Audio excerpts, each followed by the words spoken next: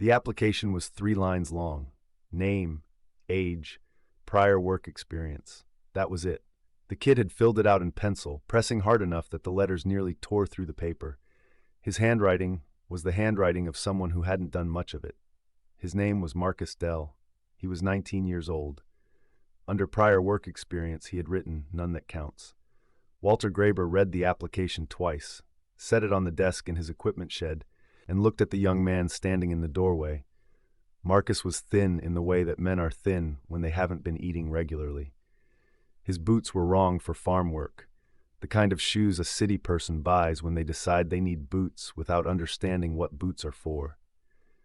He was holding his jacket closed with one hand because the zipper was broken. Walter asked him where he'd come from. Marcus said Indianapolis. Walter asked what brought him to Putnam County. Marcus was quiet for a moment. Then he said he'd been told to leave Indianapolis and figured south was as good a direction as any. Walter asked if he had a record. Marcus said yes.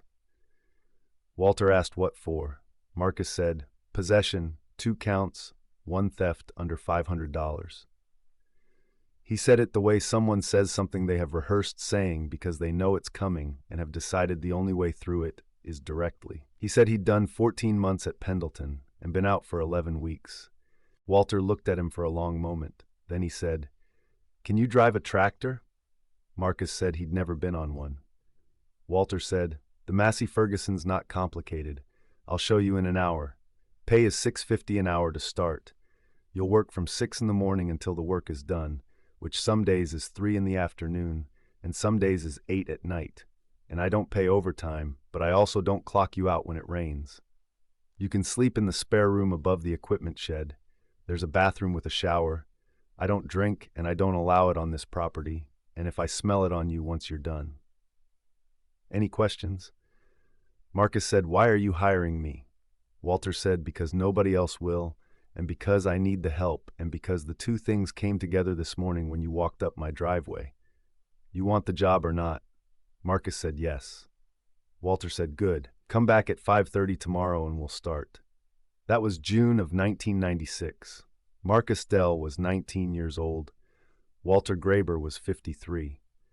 The farm was 680 acres of corn and soybeans in Putnam County, Indiana, and the Massey Ferguson sitting in the shed was a 30,095 that Walter had owned for 8 years and considered the most reliable machine he'd ever run. Neither of them knew what the next 3 years would mean, and neither of them could have guessed what 22 years after that would look like. Walter Graber had been farming the same ground since 1971. His father had bought the original 320 acres on a land contract after the war and had passed it to Walter with a handshake and a mortgage that Walter paid off in 1984. The additional 360 acres had come in 2 purchases, both of them timed the way Walter timed everything. When the price was right, and the seller needed out, and the land was worth more than it was going for. He was not a complicated man. He didn't explain his decisions much. He maintained his equipment with the seriousness of someone who understood that a breakdown in April doesn't just cost repair money, it costs planting days, and planting days in Indiana in April are not interchangeable with planting days in May. He kept records. He kept his word. He expected the people around him to keep theirs. He had hired 3 men in the previous decade. One had lasted 2 seasons before moving back to Ohio where his wife's family was. One had lasted 4 months before Walter let him go for reasons he never discussed with anyone. One had died of a heart attack during the 1993 harvest, a man named Gene Hollis, who had worked alongside Walter for 6 years and whose absence had left a gap that Walter had been filling with extra hours and a growing sense that the operation was too large for one person to manage correctly. He had not planned to hire a 19-year-old with a criminal record. He had put a notice at the co-op and at the grain elevator and had gotten 2 calls, neither of which had produced a person who showed up when they said they would.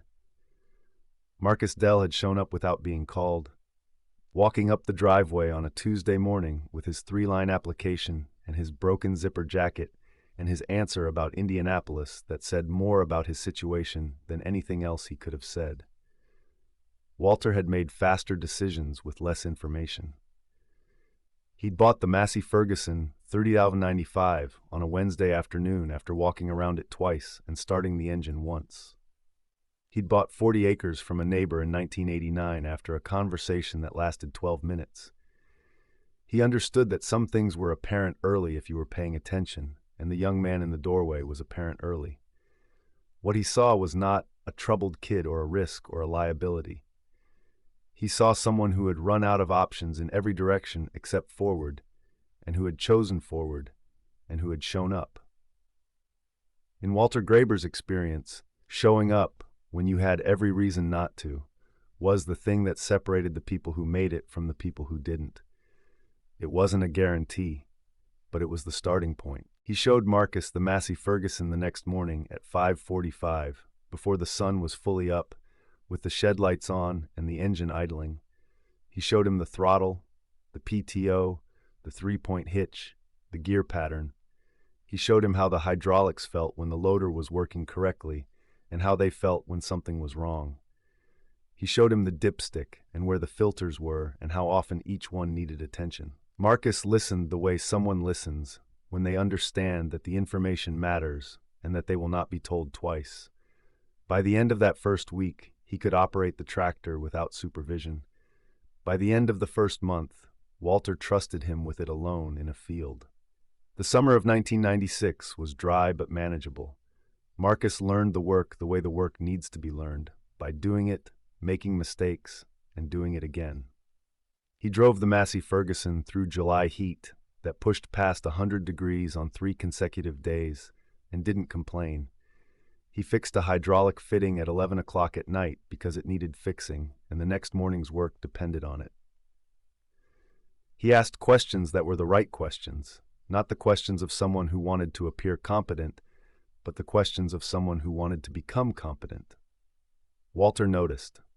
He didn't say much about it, but he noticed. By fall, Marcus had learned to run the combine. By the following spring, he was doing pre-season maintenance on both the tractor and the combine, without being asked, following the schedule Walter had written out in a spiral notebook he kept on the shed workbench. Walter found him one March morning, torque-wrenching the head bolts on the Massey Ferguson's engine after catching an oil seep during an inspection. He was following the service manual, which he had apparently read on his own time. Walter asked him where he'd learned to read a service manual. Marcus said, "I taught myself." Walter said, "Why?" Marcus said, "Because I broke things when I didn't know what I was doing, and I'd rather know." Walter didn't say anything to that.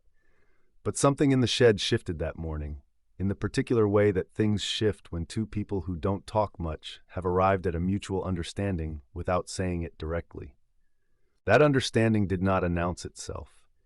It built the way trust builds on a working farm, across seasons through problems that got solved and problems that got weathered, and the long accumulation of days when a man showed up and did what needed doing without being told twice. By the end of the second year, Walter trusted Marcus with decisions that he would not have delegated to most people. Which fields to prioritize when rain was coming, how hard to push the combine in marginal conditions, when to call it a day, and when the work required finishing regardless of the hour. Marcus made those decisions the way Walter would have made them, not because Walter told him how, but because Marcus had been paying attention to how Walter thought about the farm, and thinking that way had become natural. Marcus ate dinner at the house twice a week, not every night. Walter was not a man who needed company at every meal. But Tuesdays and Thursdays, Walter's wife Ruth would cook enough for 3, and Marcus would come in from the shed and wash his hands and sit at the table and eat without performing gratitude in ways that would have made everyone uncomfortable. He was simply there, and after a time, his being there was simply normal. Ruth asked him once, quietly, while Walter was outside, if he had family he was in contact with. Marcus said his mother was in Indianapolis. Ruth asked if they spoke. Marcus said sometimes. Ruth didn't push. But the next week there was a phone on the desk in the spare room above the shed, and nothing was said about it. Marcus Dell worked for Walter Graeber for 3 years and 4 months. In that time, The farm had 2 good crop years and 1 difficult one. The Massey Ferguson 3095 had its injection pump rebuilt in the second year. Marcus did half the work himself under Walter's guidance, saving roughly $400 in labor. The combine had a feeder house chain replaced and a cylinder bearing repaired, both caught early enough to be addressed before they became failures. Walter raised Marcus's wage 3 times, not because Marcus asked, but because the work warranted it, and because Walter's accounting was honest enough to reflect what the labor was actually worth. In October of 1999, Marcus told Walter he was leaving. He'd been accepted to a technical program at Ivy Tech in Terre Haute, diesel technology and equipment mechanics, a 2-year certificate. He'd applied without telling anyone and been accepted, and now he was telling Walter. Walter was quiet for a long moment. Then he said, "That's a good decision." Marcus said he was sorry about the timing with harvest coming. Walter said, "Harvest ends in November. Your program starts when?" Marcus said January. Walter said, "Then you've got time to finish the season, and I've got time to find someone. Don't be sorry about it." Marcus asked if Walter thought he'd be any good at it. The technical program, the mechanics track. Walter looked at him. He said, "You rebuilt half an injection pump in my shed at 21 years old from a service manual you taught yourself to read. What do you think?" Marcus left in January of 2000. He shook Walter's hand in the driveway. Ruth gave him a jacket, a proper one with a zipper that worked, and told him to call when he got settled. He said he would. He did. They stayed in touch the way people stay in touch when the connection is real, but the distance is new. Sporadically at first, then more steadily as Marcus finished the program and found work at a heavy equipment dealer in Terre Haute, and then at a larger operation in Indianapolis. He called on Walter's birthday because he'd remembered it. He sent a card the Christmas after Ruth died in 2007 and called the following week to ask if Walter was managing. Walter said he was managing. By 2012, Walter Graber was 69 years old. The farm was still 680 acres. He'd leased most of the operation to a neighbor's son who ran the equipment, while Walter retained ownership of the land and took a lease payment that covered his basic costs without requiring him to be in the field every day. The Massey Ferguson 3095 had been replaced in 2004 with a newer model. The combine was updated in 2008. The shed was the same shed. The spiral notebook with the maintenance schedule was still on the workbench, 20 years of seasons recorded in Walter's careful handwriting. His knees had been troubling him since 2010. The left one had been operated on. The right one was next, or so the doctor said. He drove the roads of the farm in a truck instead of a tractor now, checking fields, talking to the neighbor's son, doing the accounting that he'd always done himself. He had not thought seriously about selling. The land was paid for. The lease income was sufficient. He had no debt. He had a plan, approximately, that involved farming until he couldn't, and then letting the neighbor's son buy the operation on a land contract, the way his own father had bought it decades earlier. Then the neighbor's son was offered a position managing a large corporate operation in central Illinois. The pay was significant. The opportunity was real. He called Walter and told him in March of 2014 and apologized twice and said he hoped Walter understood. Walter said he understood. He did. He also understood that he was now 71 years old with a knee that wasn't right and no operator for 680 acres that still needed to be farmed. The bank suggested he sell. Walter had heard that before from banks. He didn't find it more compelling at 71 than he had at other ages. But the situation was real, and his options were narrowing, and by fall of 2014, he had begun to think seriously about what selling would look like and what it would cost him in a way that wasn't purely financial. He called Marcus in November, not to ask anything, just to talk. Marcus asked how things were going. Walter told him about the neighbor's son leaving, about the knee, about the acreage sitting without an operator going into winter. Marcus listened. He asked a few questions. He didn't offer anything on that call. He just listened. 2 weeks later, he called back. Marcus Dell was 40 years old in 2017. He had spent 17 years in the heavy equipment industry, the last 9 of them building a distribution and service company that he'd started with one truck, one contract, and the specific knowledge of someone who had learned equipment from the ground up, not from a sales catalog, but from a shed in Putnam County at 5:45 in the morning with the lights on and an engine idling. The company had grown, 42 service trucks, contracts with agricultural operations across Indiana, Illinois, and Ohio. A staff of 61 people, most of them mechanics, most of them hired the way Walter had once hired Marcus, not from the top of a resume pile, but from the quality of what they did when they got their hands on a machine. He had not forgotten where it started. When Marcus called Walter back in December of 2014, he had a proposal.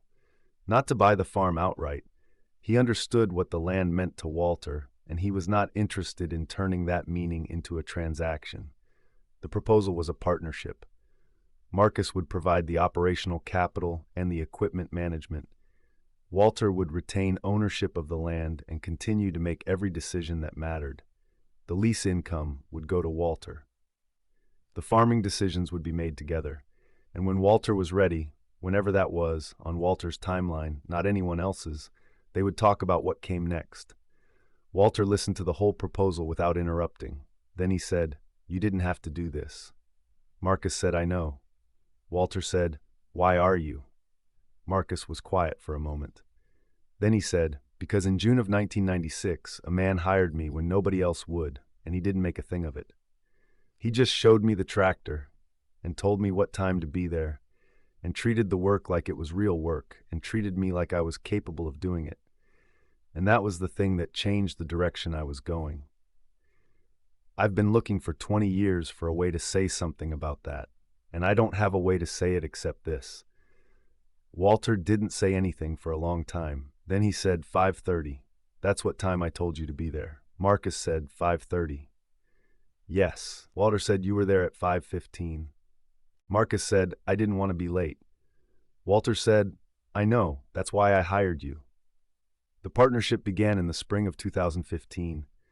Marcus arranged for the Massey Ferguson operation to be managed by two men from his company, experienced operators who maintained equipment to the standard Marcus had learned in Walter's shed and had never stopped applying. Walter drove the farm roads in his truck, checked the fields, and made decisions about what got planted where and when, the way he'd always made them. His knee was repaired in 2016. The recovery took longer than expected. During the months he couldn't drive, Marcus came to Putnam County twice a month. He sat at the kitchen table, where he'd sat on Tuesdays and Thursdays 20 years earlier, and they talked about the operation and the markets and the equipment and the things that don't require a specific subject to be worth talking about. The farm had two strong crop years in 2015 and 2016, a difficult one in 2017 that Walter had seen coming by June and had partially prepared for with a forward contract in May. The land held its value, the equipment performed, the accounting was clean. In 2018, Walter turned 75. He called Marcus in September and told him he was ready to talk about what came next. Marcus drove to Putnam County the following weekend. They sat at the kitchen table and worked through the numbers and arrived, without drama and without attorneys present, at a structure that transferred ownership of the farm to Marcus on a payment schedule that Walter described as reasonable and Marcus described as generous, and both of them understood was neither one of those things, but was instead the specific number that two people arrive at when the transaction is not purely financial. The deed transferred in January of 2019. Walter Graber stayed in the farmhouse. That had not been negotiated. It had not needed to be. Marcus had simply said, when they were first discussing the structure, "You'll stay in the house," and Walter had said yes, and that had been the entirety of the conversation on the subject. Walter Graber is in his early 80s now. He still drives the farm roads in his truck. He still checks the fields. He still has opinions about what gets planted where and when, and Marcus still asks for them, because they are still the right opinions, and because Walter Graber's raid on his own ground after 50 years is worth more than any agronomist's report. The Massey Ferguson in the shed is newer than the 3095 that Marcus learned on, but it is maintained to the same standard by men Marcus trained. following a schedule that looks a great deal like the one in the spiral notebook that is still on the shed workbench. 25 years of Walter's handwriting and now a few pages of someone else's. Marcus Dell drives to Putnam County once a month. He sits at the kitchen table. They talk about the operation. Sometimes they talk about other things. Walter asks about the company. Marcus tells him. Walter asks about the people Marcus has hired. Marcus tells him about those too. The ones who showed up when they had reason not to. The ones he gave a chance when no one else was offering one. The ones who turned out to be exactly what he'd seen early if he was paying attention. Walter listens to those stories with the particular expression of a man who recognizes something. He does not say what he recognizes. He doesn't have to. In June of 1996, a farmer in Putnam County hired a 19-year-old with a broken jacket and a 3-line application because the kid had walked up the driveway on a Tuesday morning and shown up. He showed him the tractor. He told him what time to be there. He treated the work like it was real and the person doing it like he was capable. That was all. That was the whole of it. 22 years later, 42 service trucks were running across 3 states, and the farm that the banks had been suggesting he sell was still in the family. A different family now, the one that had been built across 2 decades of phone calls and dinner tables and a spiral notebook on a shed workbench. Nobody organized it. Nobody planned it. A man just hired a kid nobody else would touch and treated the work as if it mattered, and the person doing it as if he was worth believing in. In Walter Graeber's experience, that was always enough. It turned out he was right.